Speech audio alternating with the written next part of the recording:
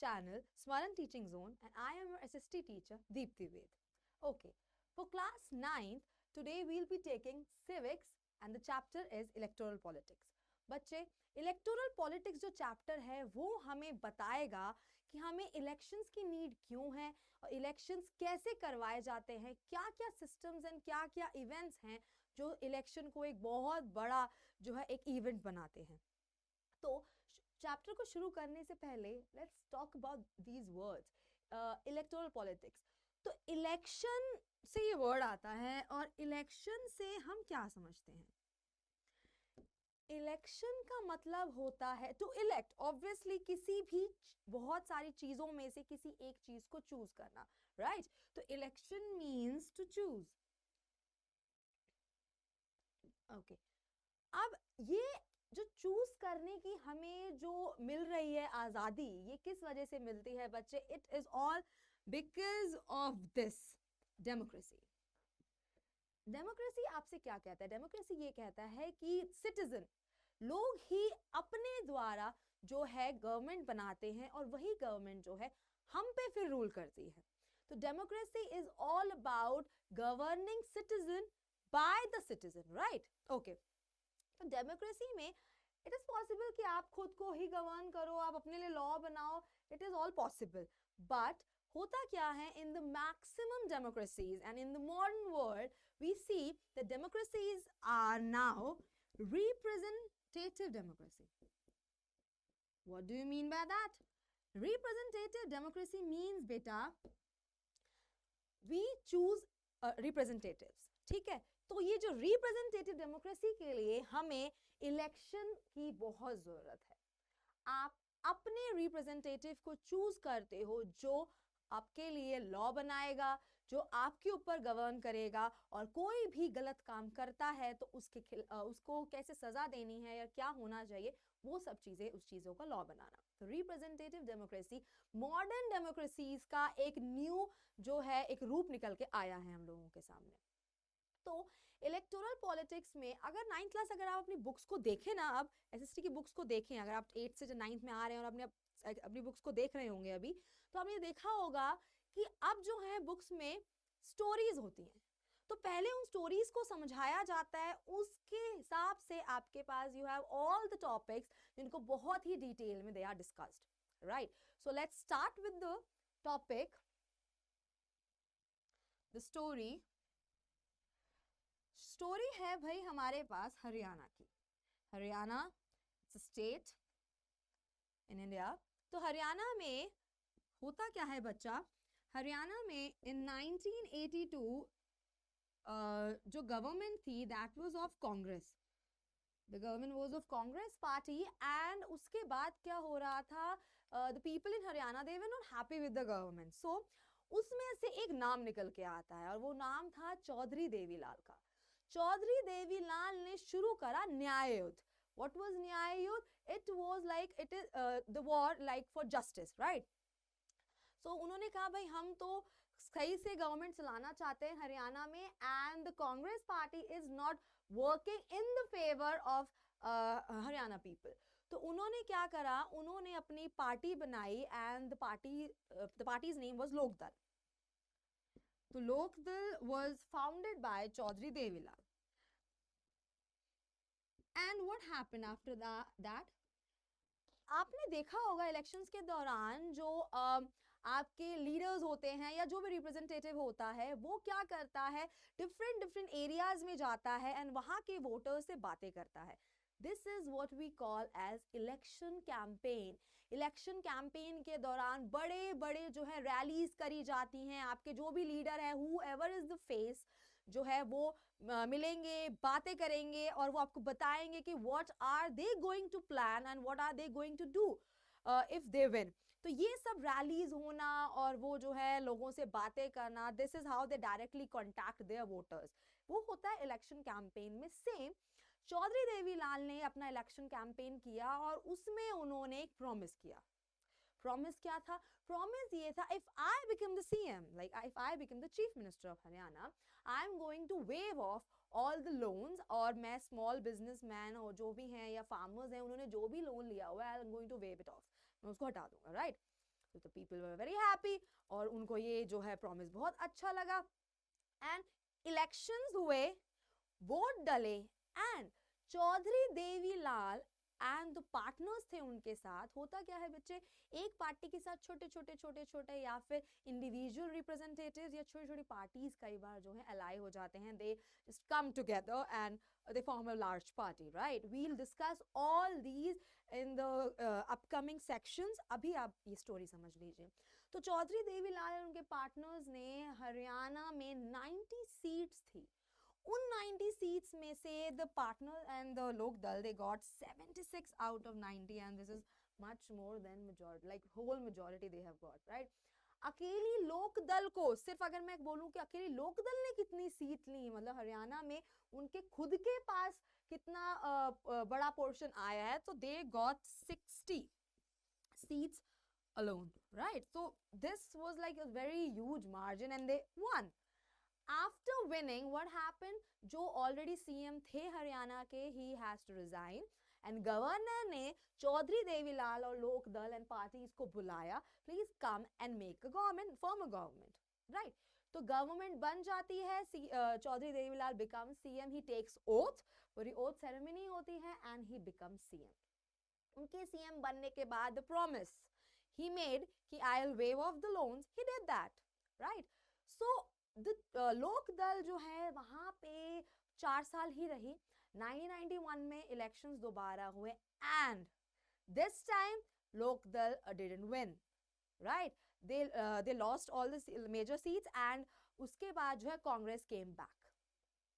ये कहानी में अगर आप बहुत ध्यान से देखें तो आप ये देखेंगे कि ऑलरेडी एक पार्टी गवर्न कर रही थी and it's like one of the most famous and oldest parties, right? तो वो Congress party I am talking about, और वो they were like ruling but people were not happy. There comes a new party, they make a new promise and people like they like it, so they vote for them and वो बन जाते हैं, campaigning होता है, वो oath ले लेते हैं, everything happens and but still after like 4 years 5 years they have to lose।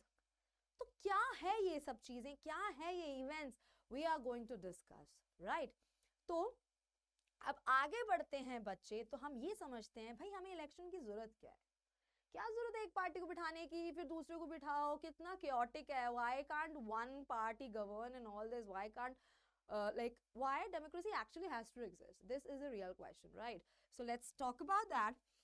बच्चे इलेक्शन की अगर हमें जरूरत क्यों है, if we talk about that, then elections are important because election ना आपका टाइम बचाते हैं। कैसे? There you choose a representative, आप एक रिप्रेजेंटेटिव को चूज करते हैं और वो क्या करता है, वो आपकी जगह पे आपके लिए काम करता है, वो लॉज बनाएगा आपके फायदे के लिए, ठीक है? वो गवर्न करेगा और देश में एक काइंड ऑफ सिस्टम बनाए रखने का, एडमिनिस्ट्रेशन बनाए रखने का काम जो है ये लोग करेंगे। एज अ सिटीजन जरूरी नहीं है कि हमारी जो इतनी भीड़ है देश में, we are so such population we have, जरूरी नहीं है कि everyone is going to have this much of will, like कि वो बैठ के किसी एक टॉपिक पे जो है डिस्कशन भी कर पाए, इट्स नॉट पॉसिबल, राइट? सारे crores of people they can't come together and discuss on same thing, it's not, जरूरी नहीं है कि सबके पास उतनी बुद्धि भी हो, वो उस चीज को उतना गहराई से समझ भी पाए, और किसी के पास मुझे लगता भी नहीं कि इतना टाइम भी होगा कि वो सब इकट्ठे होके एक टॉपिक पे डिस्कशन करें, it's never going to happen, right? So we choose representative and the representative goes to the specific place and puts our thing, and वो हमारी बातों को आगे रखता है, puts our issues in front of everyone, every representative that has been chosen, और वो जो है वहाँ डिस्कशन होता है, then laws are made, right? तो इलेक्शन इसीलिए जरूरी है हमें क्योंकि वो जो है आपका टाइम सेव कर रहे हैं, आपको जो है बैठ के कोई स्पेसिफिक टॉपिक पे डिस्कशन करना पड़े वो नहीं पॉसिबल होगा, तो रिप्रेजेंटेटिव का काम ही होता है। डेमोक्रेसी में इलेक्शंस तो उसकी सोल होती है, चाहे कितना ही क्योटिक हो जाए इलेक्शंस का होना, कितना ही क्योटिक हो जाए, डेमोक्रेटिक चैप्टर्स जो हमने पहले पढ़े हैं उसमें हमने देखा होगा कि जितना भी, चाहे वो कितना ही क्योटिक हो जाए, जरूरी है इलेक्शंस करवाना, बिकॉज इलेक्शन सबको मौका देते हैं। एक ही पार्टी या एक ही पर्सन, इफ ही और she is sitting on any post, तो पावर का गलत इस्तेमाल भी हो सकता है। जरूरी नहीं है कि आपने एक बंदे को चांस दे दिया तो 5 साल बाद आप उसी को दोबारा चांस देना चाहें। It is not important. You want change, we want change, right. तो डेमोक्रेसी में सिंगल पार्टी तो कभी हो ही नहीं सकता, वो डेमोक्रेसी को डिफाइन करता ही नहीं है। तो वी हैव चॉइसेस, होता वो chaotic है, but everyone should get chance, तो सबकी बातों को आगे रखा जाएगा। So this is the reason elections are important, and democracy की तो स्पिरिट ही जो है इलेक्शंस होती हैं, उसके बगैर तो डेमोक्रेसी एग्जिस्ट ही नहीं कर सकता, चाहे वो कितना ही chaotic हो, जैसे मैंने आपको बताया, राइट। तो आगे बढ़ते हैं बच्चा, and we'll discuss about little bit, we'll discuss about constituency.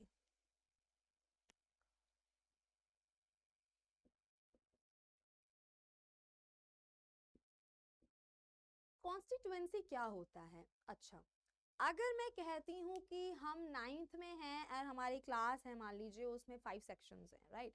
5 section में होगा क्या, 5 सेक्शन के अपने अपने मॉनिटर्स होंगे, राइट।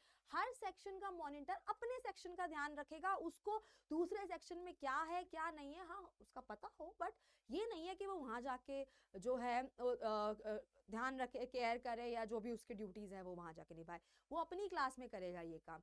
तो उसमें क्या होता है बेटा, सेम कॉन्स्टिट्यूएंसी का होता है, द स्पेसिफिक एरिया, वो स्पेसिफिक जगह जहां पे एक्चुअली इलेक्शन होना है, जहां पे लीडर्स, रिप्रेजेंटेटिव लीडर्स वगैरह आएंगे, राइट। तो कॉन्स्टिट्यूएंसी में क्या होता है, it is the specific area, like it is the specific area given for elections in which elections are going to take place। जरूरी नहीं है कि हमेशा जो है पूरे देश में हमेशा जो है इलेक्शन ही चल रहे, स्पेसिफिक जो इलेक्शन होता है तो जो है हमेशा स्टेट्स हो गए या जो भी कुछ है उनको स्पेसिफिक सेक्शंस में डिवाइड किया जाता है। दो sections are called as constituency. For example, let's think this is a state, right, and a state में elections होने हैं तो हम क्या करते हैं ना, हमने उसको डिवाइड कर लिया, and these are like 9 sections। तो हर एक section में there will be a representative from each party। Let's take an example, let's for example, like we have 3 parties, party A, party B and party C, ठीक है। तीनों ही इन 9 की 9 constituencies में 9 की 9 जगह क्योंकि इलेक्शन होना है तो वहां पे अपने अपने रिप्रेजेंटेटिव को भेजेंगे कि भाई ए पार्टी से कोई है, बी से कोई है, सी से कोई है, for each and every constituency. Her constituency में तीनों पार्टी ने अपने अपने रिप्रेजेंटेटिव को भेजा, और वो करेंगे क्या, वो आपकी जो कॉन्स्टिट्यूएंसी होती है ना उसका एक बाउंड्री ऑब्वियसली डिटरमाइंड होता है। तो बीइंग द कैंडिडेट, आप अगर ए पार्टी से बिलोंग करते हो और आपको स्पेसिफिक कॉन्स्टिट्यूएंसी में खड़ा किया गया है तो आप इस पूरी कॉन्स्टिट्यूएंसी के हर जगह जाके like in every house, in every like district और रोड और whatever, you will do campaign, जिसमें आप बात करोगे, क्या बात करोगे, जिसमें आप बात करोगे कि आपको आपके प्रोमिसेस क्या हैं, आप क्या काम करेंगे इफ यू विन। तो constituency is specific area in which elections are going to be done, ठीक है। तो आपके पूरे स्टेट को जो है स्पेसिफिक कॉन्स्टिट्यूएंसी के हिसाब से जो है डिवाइड कर दिया जाता है, और उस कॉन्स्टिट्यूएंसी में सबका इलेक्शन होगा, वहां पे जो लोग होंगे they will vote for the specific constituency. तो कॉन्स्टिट्यूएंसी एक वो जगह है, जो एरिया है जहां पे इलेक्शन होना है, और बहुत बड़ी जगह होती है। तो we have large number of constituencies, it depends on the population, right. रफली जो है कॉन्स्टिट्यूएंसीज को सेम पॉपुलेशन में डिवाइड किया जाता है कि मान लो 10 जने इधर हैं तो 10 जने उधर होने चाहिए, मतलब it should be like approx, right. तो कॉन्स्टिट्यूएंसी जो है हमारे एरियाज होते हैं जहां पे इलेक्शन होना है, and they are divided so that election campaigning is easy, and each and every house, each and every voter of the specific constituency knows कि मेरा रिप्रेजेंटेटिव कौन है, कौन सी पार्टी से कौन सा है रिप्रेजेंटेटिव। तो ये जो है हमारा कॉन्स्टिट्यूएंसी वाला टॉपिक था। ठीक है बच्चे, तो कॉन्स्टिट्यूएंसीज में अभी शुरू से हम एक बार रिकैप कर लेते हैं। हमने पढ़ा कि हमें डेमोक्रेसी में इलेक्शन की बहुत ज़रूरत होती है, इलेक्शन से हम चूज़ करते हैं। और मैंने आपको हरियाणा की जो स्टोरी बताई उसमें हमने देखा कि कैसे एक न्यू पार्टी आती है, ओल्ड पार्टी को हटा देती है after winning election, but they can not take their seats back and लोग उनसे खुश नहीं होते एंड पुरानी पार्टी को दोबारा चांस दिया जाता है। ठीक है, एंड उसके आगे जब हम बढ़ते हैं तो हमने अब डिस्कस किया कॉन्स्टिट्यूएंसी के बारे में, जो क्या होता है, स्पेसिफिक डिवाइडेड एरियाज जिसमें रिप्रेजेंटेटिव्स आते हैं हर पार्टी के। आप ये भी बात ध्यान रखिएगा बेटा, जितनी भी पार्टीज हैं मैक्सिमम जो हैं पार्टीज वो हर कॉन्स्टिट्यूएंसी में लड़ेंगी। ठीक है, सो वो अपने रिप्रेजेंटेटिव को वहाँ खड़ा करते हैं और वहाँ के जितने भी वोटर्स हैं उनसे वो कैंपेनिंग करते हैं, मिलते हैं, बातचीत करते हैं ताकि वोट्स पड़े। कैंपेनिंग वगैरह जो है that is going to come in the further section. और लाइक अभी ये टॉपिक जो है इसके ऊपर जो क्वेश्चंस लाइक आ सकते हैं दैट वील डिस्कस। क्वेश्चंस हो सकते हैं बच्चे की why elections are important, why are elections important, okay, define constituency,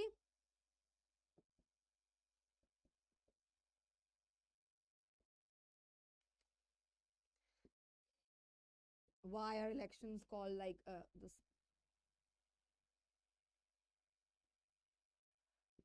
the spirit of democracy।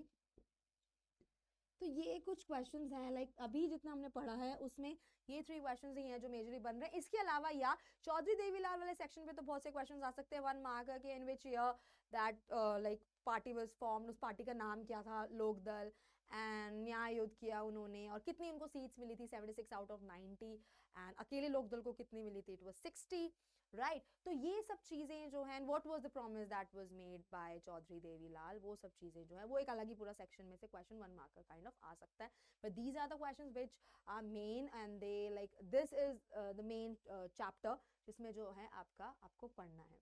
Okay बच्चे, तो तब तक के लिए हम आगे टॉपिक्स जो हैं बाद में डिस्कस करेंगे। तब तक के लिए थैंक यू, बाय।